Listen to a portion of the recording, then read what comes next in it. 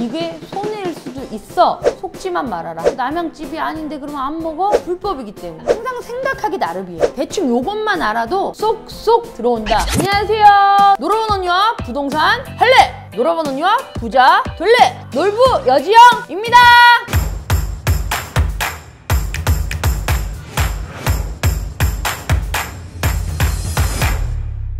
안녕하세요. 오늘은 부동산 용어 중에 일조권이라는 것에 대해서 알아보도록 하겠습니다. 일조권을 알아야 우리가 베란다와 발코니의 차이점도 알 수 있거든요. 이거에 대한 개념을 모르시는 분들에게 일조권에 대해서 얘기를 하면 더 모르세요. 일조권이란 햇볕을 향유할 수 있는 권리, 건물의 높이의 기준에 따라서 건축법에 의해서 일조권이라는 것을 만들었는데, 건물을 지을 때 인접 건물에 햇빛이 남향으로 됐을 때는 뒷집에 해가 들어오는 거를 막지 말아라. 그것을 일조량이라고 해요. 일정 기간의 일조량을 이 뒷건물에다가 확보를 해주는 양이거든요. 거의 1층을 3m라고 보거든요. 9m 밑에 건물은 3층 정도까지는 일조권에 해당되지가 않는다라고 보시면 돼요. 대지 경계선이 1.5m만 확보가 된다면. 제가 알기 쉽게 칠판으로 잠깐 설명을 해보도록 하겠습니다. 대지 경계선과 이 건물의 거리를 이격거리라고 해요. 1.5m가 대지 경계선에서 떨어지면 3m, 3m, 9m까지는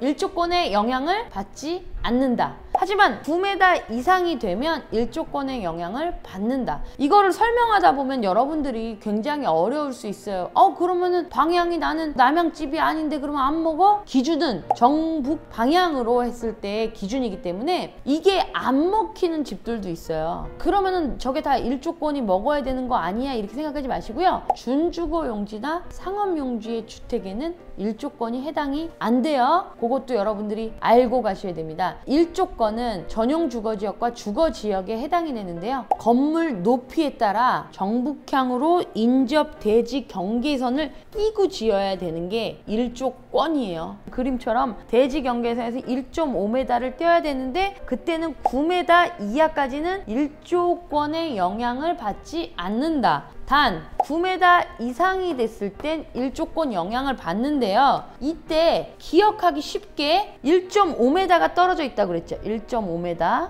건물이 9m까지는 안 먹어요. 일조권의 영향을 안 받아요. 근데 9m 이상이 됐을 땐 반으로 나눠요. 4층일 때는 12m겠죠. 12m일 때는 반을 나눠요. 6m죠. 반을 나누면 6m까지 일조권의 영향을 받는다. 그럼 집을 지었을 때 3층까지는 온전히 가더라도 요 공간이 일조권의 영향을 받은 거죠. 그리고 이 공간이 5층으로 가요. 이거는 4층입니다. 4층 기준. 5층일 때는 어떻게? 3, 5, 15죠. 그러면 7.5m. 15 나누기 2를 하면 돼요. 계산하기 쉽게. 그럼 7.5. 7.5m가 일조권의 영향을 받는다.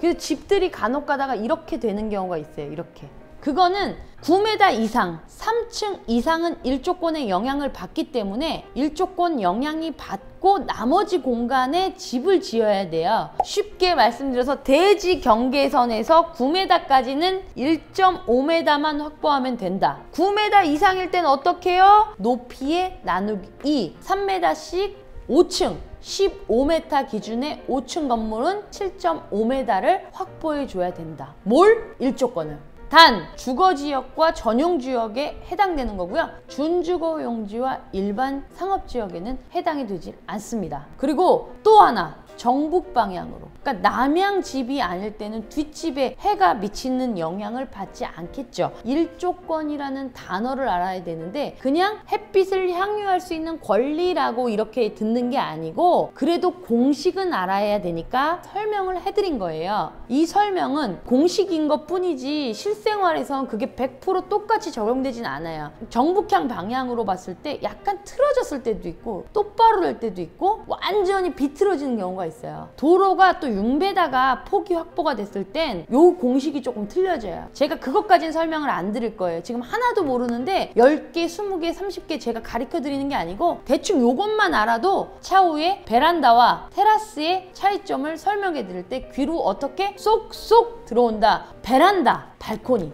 우리가 발코니 확장했어. 아파트를 보시면 아파트에 있는 베란다가 발코니예요. 지붕이 씌어져 있는 공간, 지붕 사이에 발코니를 확장했어. 그건 합법이겠죠. 아파트 발코니 확장은 합법이다. 1조건을 저희 용어로 이제 진북을 먹었다 그래요. 진북. 그래서 집을 보면 진북 없이 남양집인데 올라간 거는 아, 저거는 준주거 용지나 상업 용지인갑다. 이렇게 생각하시면 되고요. 하지만 이 공간이 너무 아까워. 이 공간이 너무 아까우니까 샌드위치 판넬이나 뭐 이런 조립식 유리 같은 걸로 여기를 이렇게 씌웠어요. 이거는 불법. 요거는 사실 서비스 면적이에요. 만약에 이 뒷집에서 야 이거 뜯어내 하면 뜯어내야 돼요. 그래서 사실 요 공간을 매도자, 매수자들이 확인을 못하고 하는 경우가 많아요. 그래서 여러분들은 발코니와 베란다의 차이점을 이렇게 알아가시면 매도자와 매수인일 때 매도자일 경우는 또 얘기를 하시겠죠. 분명히 고지는 하셔야 돼요. 나는 이 공간이 너무 아까워서 이렇게 해서 이렇게 썼지만 이거는 불법입니다 라고 얘기를 하시면 되고, 매수자 입장에선 이 부분이 불법이기 때문에 리스크는 본인이 안고 가야 되기 때문에 그 부분에 대해서 정확하게 명확하게 서로 선은 거주시고 계약하시는 게 좋을 것 같습니다. 베란다는 불법이다, 발코니는 합법이다 이렇게 생각하시면 되지만 베란다를 유용하게 또 사용하시는 분들이 많아요.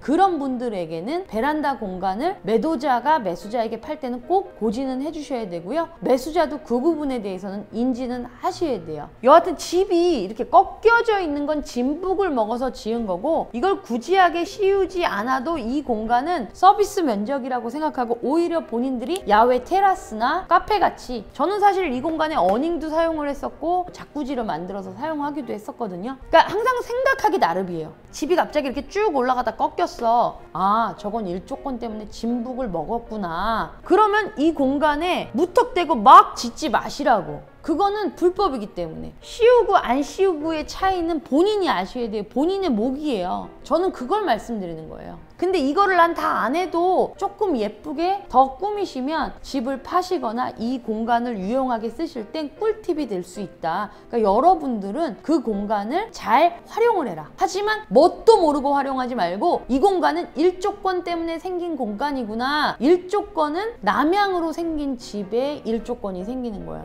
남양집. 그래서 이런 사선 제도도 생기는 거예요. 여러분은 정남향 집을 살 땐 정북향 방향으로 일조건이 발생을 하는데 정남향이라고 다 좋은 게 아니다. 왜? 집을 차라리 같은 땅에 온전히 높게 올리는 걸 좋아하시는 분들은 이게 손해일 수도 있어. 이렇게 하지만 오히려 이 공간을 나는 어디든지 내 좋은 집에 테라스 같은 걸 만들어서 멋지게 한번 살아보고 싶어 하시는 분들에겐 오히려 이 집이 좋을 수도 있는 거잖아. 항상 자기 몸에 맞는 옷을 입어라. 선택은 본인들이 하시는 거고요. 이런 거 정도는 알아야 된다라고 말씀을 드리는 거예요. 어떤 거가 되든 몰랐어요 하지는 말고요. 알고 선택을 해도 본인이 하셔라. 사고 파시고 보실 때는 본인이 충분하게 알고 보셔라. 대신 속지만 말아라. 제 얘기 아시겠죠? 오늘도 좋은 영상 되셨나요? 항상 놀부 여지영 최선을 다해서 좋은 영상 만들도록 노력하겠습니다. Let's get it! 뿜뿜!